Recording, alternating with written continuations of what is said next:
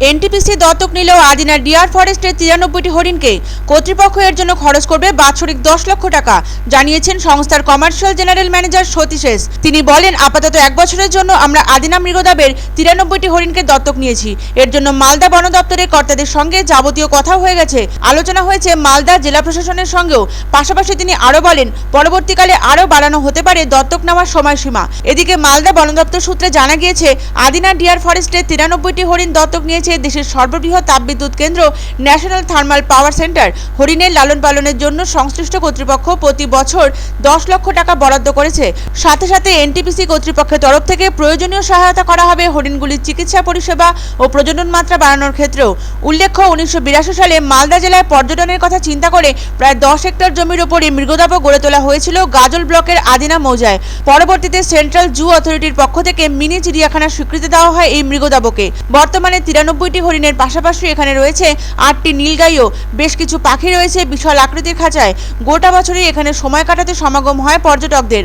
মালদা বিভাগীয় বনাধিকারিক জিজু জেসফার জানিয়েছেন, 93টি হরিণ 1 বছরের জন্য দত্তক নেওয়া হয়েছে এনটিপিসি থেকে। বছরে প্রায় 10 লক্ষ টাকা দেবে সংশ্লিষ্ট কর্তৃপক্ষ।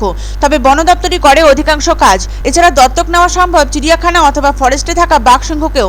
তার জন্য 1 লক্ষ টাকা খরচ পড়বে প্রতি বছর। নতুন করে সংস্কার করা হয়েছে এই ডিয়ার ফরেস্ট। পর্যটকদের আকর্ষণ বাড়ানোর উদ্দেশ্যে মালদা আদিনা ডিয়ার ফরেস্টে প্রয়োজনীয় উদ্যোগ নেওয়া হয়েছে হরিণের প্রজনন বাড়ানোর ক্ষেত্রেও। আদিনা ডিয়ার ফরেস্টের ঝিলেও বোর্ডিং এর উদ্যোগ নেওয়ার কথা ভাবা হচ্ছে, জানান জেলার বিভাগীয় বনাধিকারিক। উল্লেখ্য, মূলত হরিণের টানি আদিনা বনে অসংখ্য পর্যটক আসেন। এতে আয়ও বেশ ভালোই হয় বন দপ্তরের। তবে অর্থের সমস্যায় হরিণগুলির রক্ষণাবেক্ষণ যথাযথ হতো না। তাই মালদার আদিনা ডিয়ার ফরেস্টের সমস্ত হরিণ 1 বছরের জন্য দত্তক নিল দেশের সর্ববৃহৎ তাপবিদ্যুৎ কেন্দ্র ন্যাশনাল থার্মাল পাওয়ার কর্পোরেশন। একটি দুটি নয়, আদিনা ডিয়ার ফরেস্টের 93টি হরিণ দত্তক নেওয়া হলো 10 লক্ষ টাকার বিনিময়ে।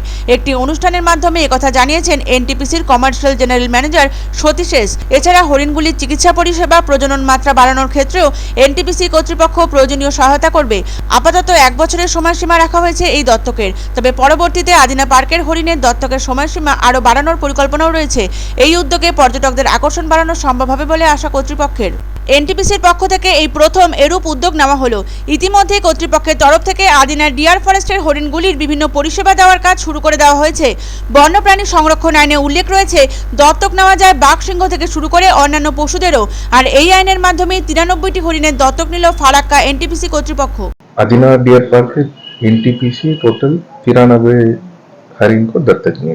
यही दत्तक से पश्चिम बंगाल से सिंगल लार्जेस्ट अडॉप्शन ये एनटीपीसी और वादा किया है। और आगामी जो साल में भी दत्तक प्रोग्राम कंटिन्यू चलेगा।